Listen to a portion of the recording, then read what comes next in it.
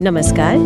क्या आप जानते हैं कि F&O ट्रेडिंग में हर 100 में से करीब 93 लोगों को नुकसान हो रहा है? जी हाँ, ये आंकड़ा वाकई बहुत बड़ा है। CNBC आवाज की रिपोर्ट में ये बात सामने आई है। और शायद इसीलिए सेबी अब फ्यूचर्स और ऑप्शंस मतलब F&O सेगमेंट में कुछ बड़े बदलाव करने जा रहा है। आज हम इसी पर थोड़ी गहराई से बात करेंगे। बिल्कुल, सेबी का इरादा तो साफ लग रहा है। एक तो ये जो सट्टेबाजी बढ़ रही है उस पर लगाम लगाना, और खासकर रिटेल निवेशकों का जो भारी नुकसान हो रहा है उसे कम करना, है ना? हाँ, और साथ ही ये भी कि बाजार में कोई गलत तरीके से मतलब मैनिपुलेशन न कर पाए। चले तो फिर एक एक करके समझते हैं। सबसे पहले ये ओपन इंटरेस्ट यानी OI, इसकी गिनती का तरीका बदल रहा है।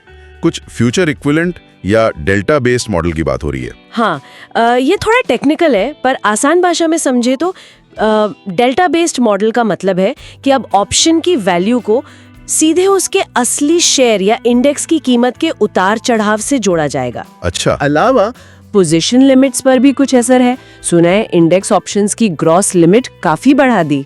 पहले तो शायद 1500 करोड़ का प्रस्ताव था। हाँ, ये काफी दिलचस्प है।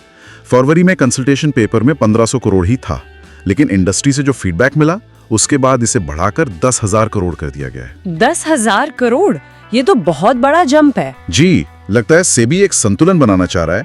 मतलब जरूरत के हिसाब से लिक्विडिटी भी बनी रहे, लेकिन बहुत बड़े दाव पर भी नजर रखी जा सके। और सिंगल स्टॉक F&O, उसकी market wide position limit MWPL, उसमें भी कुछ नया है। बिल्कुल, उसका तो आधार ही बदल रहा है।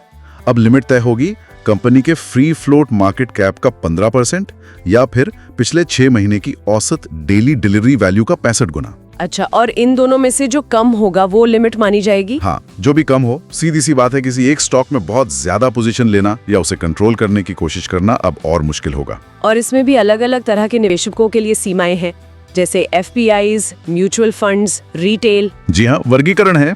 FPIs और म्यूचुअल फंड्स के लिए ये सीमा MWPL का 30% होगी, और रिटेल निवेशकों के लिए उनके लिए अधिकतम 10% ही रहेगी।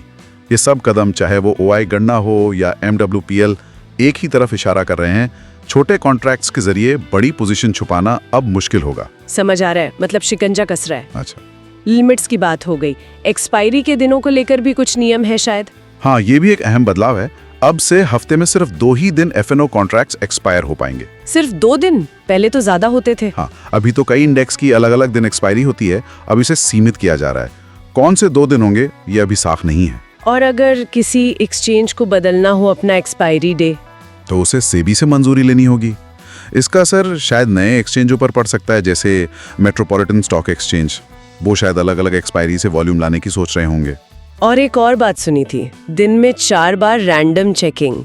ये इंट्राडे निगरानी क्या चीज है? हाँ, एक्सचेंजों को अब दिन में 4 बार मतलब रैंडमली इंट्राडे पोजीशंस चेक करनी होंगी। ओह, औचक निरीक्षण। बिल्कुल, इसके लिए एक स्टैंडर्ड ऑपरेटिंग प्रोसीजर यानी SOP बनाना होगा और उसे फॉलो करना होगा।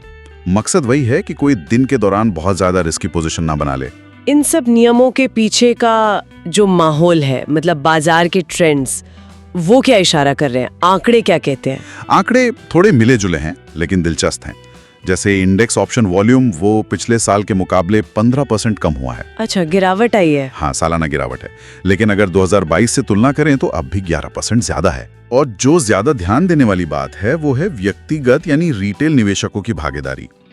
वो पिछले साल से 5% गिरी है, लेकिन 2022 के मुकाबले अब भी 34% ज्यादा है। ओह, 34% ज्यादा 2022 से। तो शायद ये बढ़ी हुई रिटेल भागीदारी और उससे जुड़े जोखिम ही सेबी की चिंता का कारण है। बिल्कुल, ऐसा लगता है कि ये जो रिटेल बूम आया था उसके बाद जो नुकसान हुए, सेबी अब उसे ही नियंत्रित करना चाह रहा है। तो अगर हम संक्षेप में देखें, OI की गिनती का नया तरीका, पोजीशन लिमिट्स का सख्त होना, एक्सपायरी के दिन कम करना और दिन में कई बार चेकिंग, ये सब कदम दरअसल रिटेल निवेशकों को बचाने और सट्टेबाजी कम करने के लिए हैं। जी हाँ, उम्मीद तो यही है कि इससे निवेशक अपने जोखिम को बेहतर तरीके से समझ पाएंगे, ज्यादा जानकारी के साथ फैसले ले सकेंगे और बड़े नुकसान से बचेंगे। साथ ही बाजार में भी थोड़ी स्थिरता आएगी। बिल्कुल, सेबी के लिए संतुलन साधना बहुत जरूरी है, सट्टेबाजी रोकना, लेकिन इतनी सख्ती भी ना हो कि बाजार की लिक्विडिटी ही खत्म हो जाए। यहाँ एक सवाल मन में आता है, ये नियम ठीक है, सुरक्षा बढ़ेगी, सट्टेबाजी रुकेगी, पर क्या इसका असर उन लोगों पर भी पड़ेगा जो एफएनओ का इस्तेमाल हेजिंग के लिए, मतलब अपने असल जोखिम को कम करने के लिए करते हैं? हाँ, ये एक बहुत वाजिब चिंता है। क्योंकि ये एक महीन रेखा है। सेबी कैसे सुनिश्चित करेगा कि सट्टेबाजों पर लगाम लगे, लेकिन जो जेन्युइन हेजिंग कर रहे हैं उनके काम में बाधा ना आए? ये संतुलन साधना कितना मुश्किल होगा।